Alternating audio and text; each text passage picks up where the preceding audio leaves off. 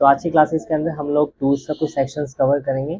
तो इससे पहले की वीडियोज़ में मैंने आपको सिलेक्शन टूल्स बता दिया था, ट्रांसफॉर्मेशंस वगैरह बता दिया था और यहाँ से बेसिक जो शेप्स हैं वो बता दिया था। बाकी टूल्स समझते हैं क्या क्या है। जैसे नेक्स्ट हमारे पास यहाँ पे आता है लेसो टूल। लेसो की शॉर्टकट की एल है। ये क्या करता है, ये फ्री हैंड सिलेक्शन करने के लिए होता है।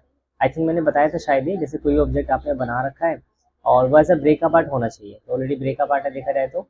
अब एक तो होता है कि मैं सिलेक्शन टूल से सेलेक्ट कर सकता हूँ ऐसे क्लिक एंड ड्रैग करके, और दूसरा तरीका है आपके पास लेसो। लेसो में क्या होता है कि आप फ्री फॉर्म इस तरीके से ऐसे सिलेक्शन कर सकते हैं, जैसे आपको सिलेक्शन करना है वैसे आप कर सकते हैं। इससे फ़ायदा क्या होगा, आप जब मूव करेंगे तो उस फ्लो में आएगा बेसिकली। ठीक है, आपको क्या करना है, इस लाइक ब्रेक होते हुए दिखाना है कि ऐसे इस तरीके से ब्रेक हो रहा है दो पार्ट में।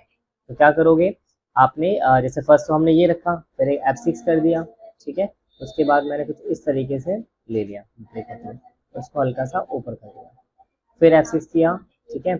अगेन इसको हमने क्या किया, इस तरीके से सेलेक्ट कर लेंगे तो ऐड कर सकते हैं, इसको ऐसे ऊपर मूव कर सकते हैं। क्या होगा, उस तरीके से ब्रेक टाइप में होता हुआ आएगा। ठीक है, तो मतलब फ्री फॉर्म सिलेक्शंस बनाने के लिए इसको बेसिकली यूज़ किया जाएगा। और नेक्स्ट यहाँ पे आता है पॉलीगन टूल। पॉलीगन टूल में क्या रहेगा कि आप इसमें लाइक पॉलीगन टाइप में रहेगा, मतलब है ये भी सिलेक्शन। ये जैसे फर्स्ट वाला फ्री फॉर्म में था, इसमें क्या रहेगा आपका स्ट्रेट स्ट्रेट टाइप में आएगा, ऐसे ऐसे ऐसे क्लिक क्लिक करना पड़ेगा, उसमें क्लिक एंड ड्रैग नहीं होगा इस वाले में। तो इसमें स्ट्रेट स्ट्रेट सिलेक्शन बनेगा। अब यहाँ पर डबल क्लिक कर देंगे तो इस तरीके सिलेक्शन बन जाएगा।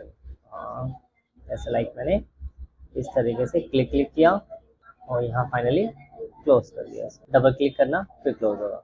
ठीक है, अब आप चाहो तो सिलेक्शन टूल की मदद से उसको मूव कर सकते हो। ठीक है, तो ये पॉलीगन सिलेक्शन रहेगा।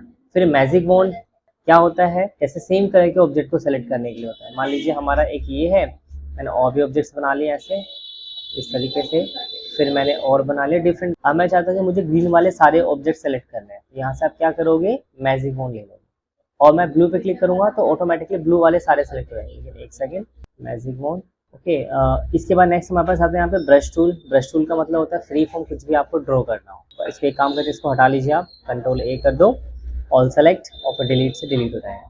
अब यहाँ से ब्रश लेंगे और ब्रश का साइज वगैरह कितना मोटा पतला रखना है, किस टाइप का ब्रश रखना है, सिंपल रखना है, ओवल रखना है, रेक्टेंगल रखना है, उस टाइप का रख लो। फिर उसका मिनिमम साइज रख सकते हैं, स्मूथनेस वगैरह, और फिर क्लिक एंड ड्रैग करेंगे तो उस तरीके से एक रिबन टाइप में अभी ये आ रहा है। ठीक है, अब इसमें आप ऐसा क्या कर सकते हैं, इसको आप एनिमेट भी कर सकते हैं कि पहले लाइन है नहीं, उसको ऐसे बनती हुई आ रही लाइन ऐसे।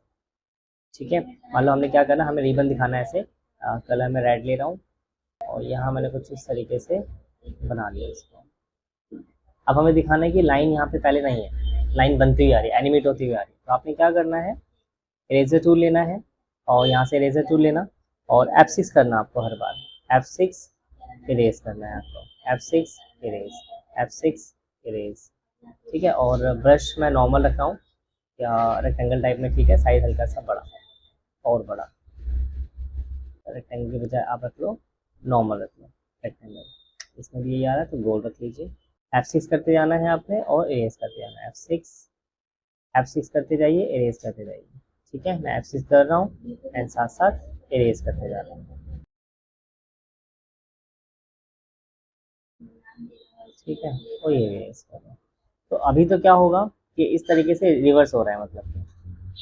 ठीक है, मतलब हमें दिखाना है यहाँ से आते हुए। तो आप पता है क्या करोगे, इस पूरे को सेलेक्ट करोगे, राइट क्लिक करोगे और रिवर्स फ्रेम कर देंगे। तो इससे क्या होगा कि इस तरीके से बनता हुआ आएगा ऐसे।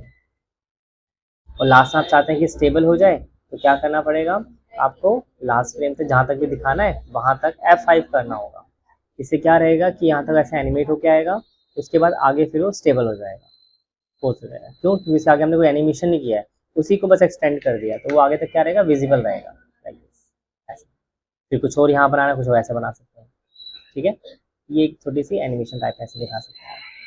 ये ब्रश हो गया, इरेजर हो गया, बाकी सारे शेप्स हो गया आपके प्रिमिटिव्स। ओके, फिर यहाँ पे लाइन हो गया, लाइन टूल का भी आप यूज़ कर सकते हैं। लाइन से कुछ भी आपको ड्रॉ करना हो, सिंपली लाइंस बना सकते हैं। लाइन का कलर वगैरह, स्ट्रोक वगैरह, वो सब यहाँ सेट कर सकते हैं। फिर आता है नेक्स्ट टेक्स्ट टूल। टेक्स्ट वगैरह लिखने के लिए, जैसे मैं इनको हटा रहा हूँ फिलहाल, डिलीट कर दिया और टेक्स्ट टूल लिया। ठीक है, टेक्स्ट में हमारे यहाँ पे ना 3 टाइप के टेक्स्ट होते हैं। क्या क्या, static, dynamic and input. Static होता है जब हमें टेक्स्ट को नॉर्मली लिखना हो, ठीक है, नॉर्मल एनिमेट कराना या टेक्स्ट वहाँ पे विजिबल होना चाहिए, तो फिर क्या करेंगे आप, स्टैटिक यूज़ करेंगे। और जो बाकी के दो है ना, डायनेमिक और इनपुट्स, ये यूज होता है स्क्रिप्टिंग के अंदर, इसमें स्क्रिप्ट भी होती है, एबीसी कोडिंग भी होती है। तो क्या होता है कि इनपुट के अंदर होता है, जैसे लाइक आप ऑनलाइन फॉर्म वगैरह देखते हो, फॉर्म्स में क्या होता है कि एक बॉक्स होता है कॉलम जिसमें आप लिखते हो, है ना, एक उसके सामने होता है, जैसे लिखा है मान लो कि फर्स्ट नेम, तो फर्स्ट नेम के आगे बॉक्स बना होगा, उसमें आप लिख सकते हैं। तो जो बॉक्स बना होगा ना, उसको बोलते हैं इनपुट टेक्स्ट। इनपुट का मतलब होता है जब हम फाइनल आउटपुट में यूजर के थ्रू कोई भी टेक्स्ट एंटर करवाना हो, टेक्स्ट उसमें लिखवाना हो, तो फिर इनपुट यूज करते हैं। और डायनेमिक में होता है कि ऑटोमेटिकली वो आता है। ऑटोमेटिकली मतलब जैसे मान लीजिए गेम टाइप में है कि पहले उसका स्कोर 0 है, जैसे जैसे वो चूज करते जाएगा स्कोर बढ़ता जाएगा, 1 फिर 2 3 4, तो वो जो होता है वो डायनेमिक होता है। जैसे स्क्रिप्टिंग आप छोटी मोटी इसमें गेम्स वगैरह बना सकते हैं, तो वो स्क्रिप्टिंग होती है, तो वहाँ पे बेसिकली डायनेमिक का यूज़ आएगा। यानी ये दोनों खासकर जो रहेंगे आपके उसमें स्क्रिप्टिंग में खासकर यूज़ आएंगे, ठीक है। और ये जब नॉर्मल टेक्स्ट लिखना हो तो क्या हमेशा यूज़ करना है, स्टैटिक यूज़ करना है। बाकी उसके विड्थ हाइट सेट कर सकते हो, उसका फॉन्ट वगैरह सेट कर सकते हो, उसका साइज़ दे सकते हो, तो जो भी टेक्स्ट की प्रॉपर्टी आएगी वो सब यहाँ आएगा प्रॉपर्टी के अंदर, ठीक है। तो अब ये लिख लिया आपने, कलर वगैरह चेंज करना है, यहाँ से कलर चेंज कर सकते हैं, साइज वाइज बड़ा करना है, यहाँ से साइज बड़ा कर सकते हैं, इनके बीच में स्पेस बढ़ाना है, यहाँ से स्पेस बढ़ा सकते हैं, इस तरह, ठीक है। ये है। अब इसको भी हम एनिमेट करा सकते हैं। अब मान लीजिए हमें किसी टेक्स्ट को एनिमेट कराना है, तो मैं क्या कर रहा हूँ, इसको अलग फ्रेम पे यूज़ कर रहा हूँ, कट किया, हमने देता है एक न्यू फ्रेम, इसको मैंने सबसे ऊपर रख दिया और यहाँ पे मैं इसको पेस्ट कर रहा हूँ, आ गया। अब मुझे इसको बाहर से लेकर के आना है, तो स्टार्टिंग में यहाँ रखा हूँ, स्टार्टिंग में इसको मैं बाहर रख रहा हूँ, फिर कुछ फ्रेम आगे गए लाइक 20 पे, F6, उसको आगे मूव कर दिया ऐसे, ठीक है। और बीच में क्या देना है आपको, क्लासिक ट्यूनिंग, क्योंकि नॉर्मल हमें मोशन देना है इसमें, तो क्लासिक ट्यूनिंग आ जाएगा ऐसे। फिर मुझे क्या करना है, थोड़ी देर स्टेबल रहे तो कुछ फ्रेम आगे जाएंगे, F6 कर देंगे, ठीक है। बट मैं यहाँ कोई चेंजेस नहीं करूँगा, क्यों, क्योंकि मुझे यहाँ तक स्टेबल दिखाना है, मतलब यहाँ से लेकर के यहाँ तक कोई चेंजेस ना हो, तो फिर इसलिए मैंने कुछ चेंजेस नहीं किया। फिर कुछ फ्रेम आगे गए और इसको मैं वापस हटा दे रहा हूँ, यानी कि बाहर लेके भेज रहा हूँ ऐसे, ठीक है। बट यहाँ मुझे एनिमेशन देना है, ठीक है, इसकी फ्रेम पे सेंटर में है, फिर आगे जा रहा है यहाँ पे, तो बीच में क्या करना है आपने, क्लासिक फ्रेम देना है। तो अब क्या हो रहा है, यहाँ पे स्टार्टिंग से बाहर से अंदर आया, फिर थोड़ी देर रुका ताकि लोग टेक्स्ट को रीड कर पाए, उसके बाद फिर वापस से बाहर चला गया, ठीक है। अब आप चेक कर सकते हैं कंट्रोल एंटर करके, तो कुछ इस तरीके से आएगा ये, और बाहर चला गया।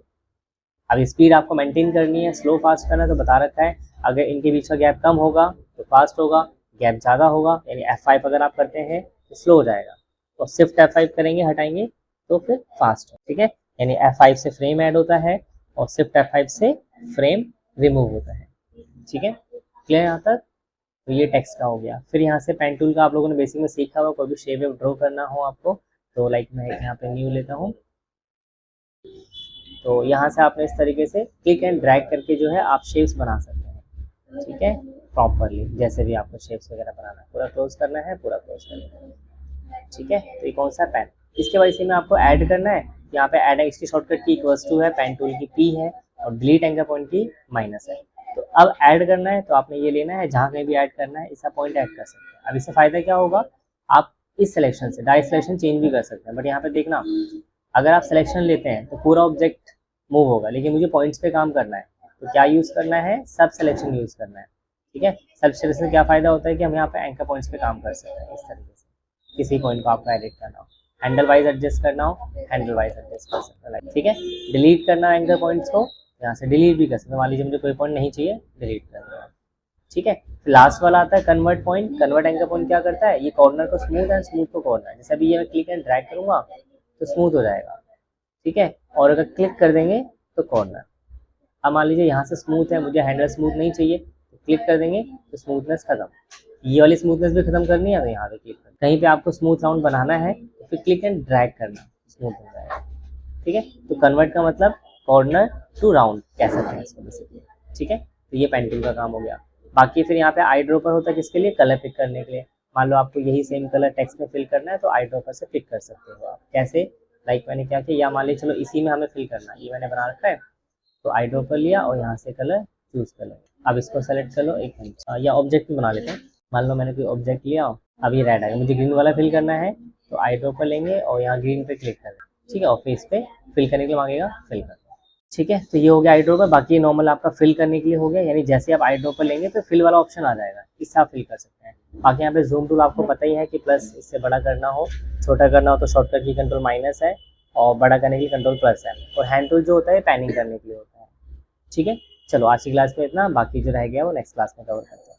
ठीक है, सो अगर आपको वीडियो अच्छी लगी हो तो लाइक शेयर करना ना भूलें, और आपको इस वीडियो में कोई भी डाउट या कंफ्यूजन हो तो आप कमेंट बॉक्स में लिख करके अपने क्वेश्चंस पूछ सकते हैं। सो थैंक्स फॉर वॉचिंग, अब मिलते हैं नेक्स्ट वीडियो में।